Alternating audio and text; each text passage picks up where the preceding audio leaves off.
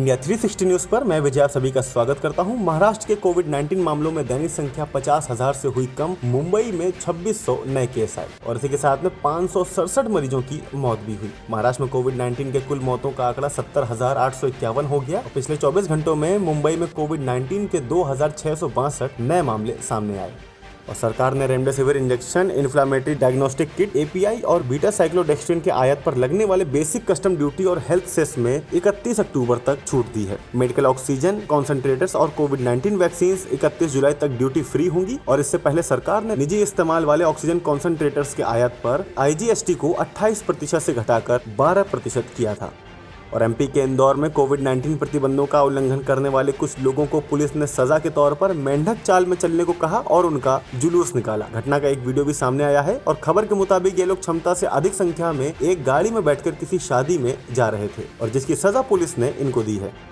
कोविड-19 को लेकर चंडीगढ़ प्रशासन ने मंगलवार 4 मई शाम 5 बजे से 11 मई सुबह 5 बजे तक नए प्रतिबंध लागू करने का ऐलान किया है। इस दौरान गैर जरूरी सामान की दुकानें, cinema hall, gym, swimming pool, spa, bar आदि सब बंद रहेंगे। वहीं सरकारी दफ्तरों और बैंकों में 50% स्टाफ के साथ कार्य की अनुमति दी गई है और साथ ही साथ कोविड-19 के चलते बांग्लादेश में 16 मई तक देशव्यापी लॉकडाउन बढ़ाया गया है। और कोविड-19 के बढ़ते मामलों के बीच उत्तर प्रदेश में 6 मई तक लगाए गए आंशिक कोरोना कर्फ्यू में आवश्यक सेवाओं सुविधाओं के लिए ई पास जारी करने की व्यवस्था की गई है। राज्य की अपर मुख्य सचिव रेणुका कुमार ने बताया है कि ई पास के लिए लोगों को वेबसाइट rahat.up.nic.in के जरिए आवेदन करना होगा।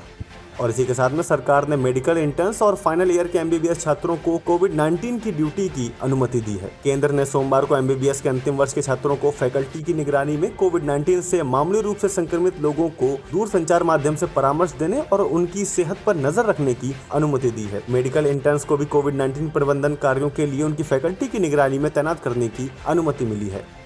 और राजस्थान में कोरोना हुआ है बेकाबू, नहीं थम रहा संक्रमण दर का बढ़ना। 24 घंटे में 17,296 नए संक्रमित मामले आए और करीब 154 लोगों की मौत हुई और साथ ही साथ जयपुर में ऑक्सीजन नहीं मिलने पर निजी अस्पताल में हड़कंप मचा।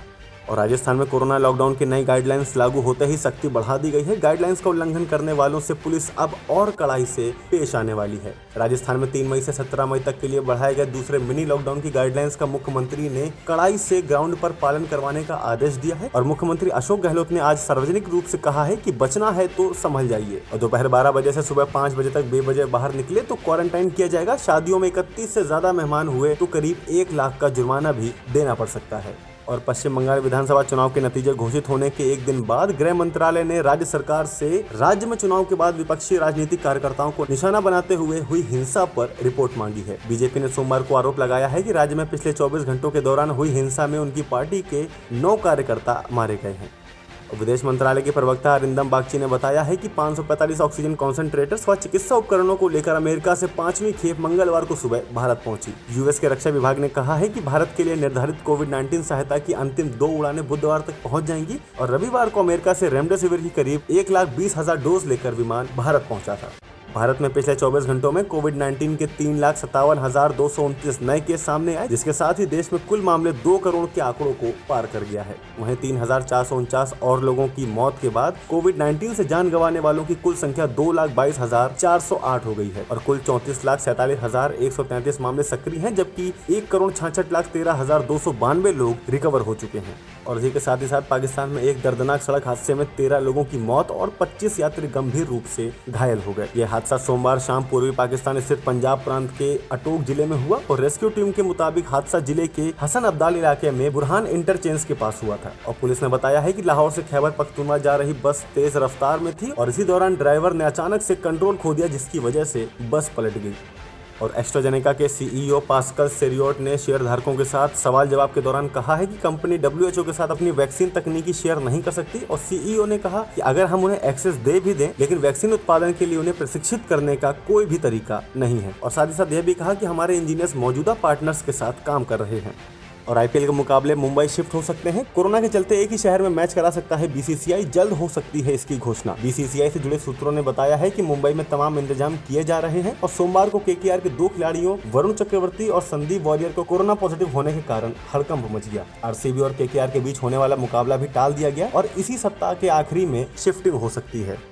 और आज है मुकाबला मुंबई और हैदराबाद के बीच और सुई अभी भी वहीं अटकी है कि क्या आज का मैच हो पाएगा या फिर नहीं। आईपीएल में अब तक 7 खिलाड़ी कोरोना पॉजिटिव निकले हैं। दरअसल सोमवार को केकेआर के 2 खिलाड़ी पॉजिटिव आ गए और इसके बाद इस शाम कोलकाता और आरसीबी के बीच होने वाला मैच टाल दिया गया। मुंबई टीम यह मैच जीती तो पॉइंट टेबल के टॉप 3 में पहुंच जाएगी और फिलहाल टीम चौथे नंबर पर काबिज है। और वहीं 7 मैच में 1 जीत के साथ सनराइजर्स टीम पॉइंट टेबल में सबसे नीचे यानी कि 8वें स्थान पर पहुंच गई है।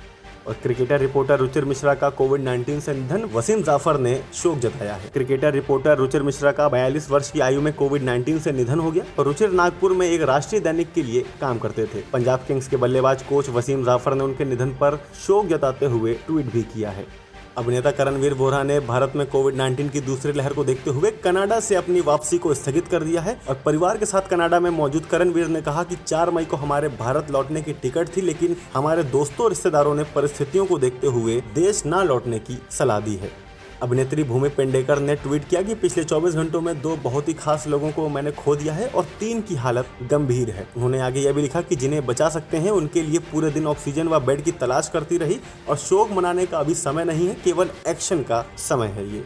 और इसी के साथ में मौसम की खबर, वाराणसी में बादलों ने गिराया पारा, जल्द ही दोबारा लौटेंगे बादल। मौसम का रुख बदलने के बाद पारे में तो गिरावट आई है, साथ ही साथ वातावरण की नमी में भी इजाफा हुआ है। हालांकि अनुमानों के मुताबिक अगले 41 दिनों में मानसून भी सोनभद्र के रास्ते पूर्वांचल में दस्तक दे सकता है। और इसी के साथ में रुद्रप्रयाग और उत्तरकाशी में बादल फटा, घरों में मलबा जाने की खबर आई है। पहली घटना रुद्रप्रयाग जिले के नरकोटा की है, जहां बादल फटने से 12 घरों में मलबा घुस गया, जबकि खाकरा में एक ढाबा बह गया। बद्रीनाथ हाईवे नरकोटा और खाकरा के बीच कई स्थानों पर मलबा आने से क्षतिग्रस्त हो गया है। वहीं अत्यधिक बारिश के कारण एक बोलेरो और मोटरसाइकिल भी हाईवे के किनारे धंसकर नीचे जा गिरी है और सीएम ने जिलाधिकारियों से बातचीत करके जनहानि की सूचना पर रिपोर्ट मांगी है। आगे की अपडेट के लिए देखते रहिए इंडिया 360 न्यूज, खबर दिन भर की।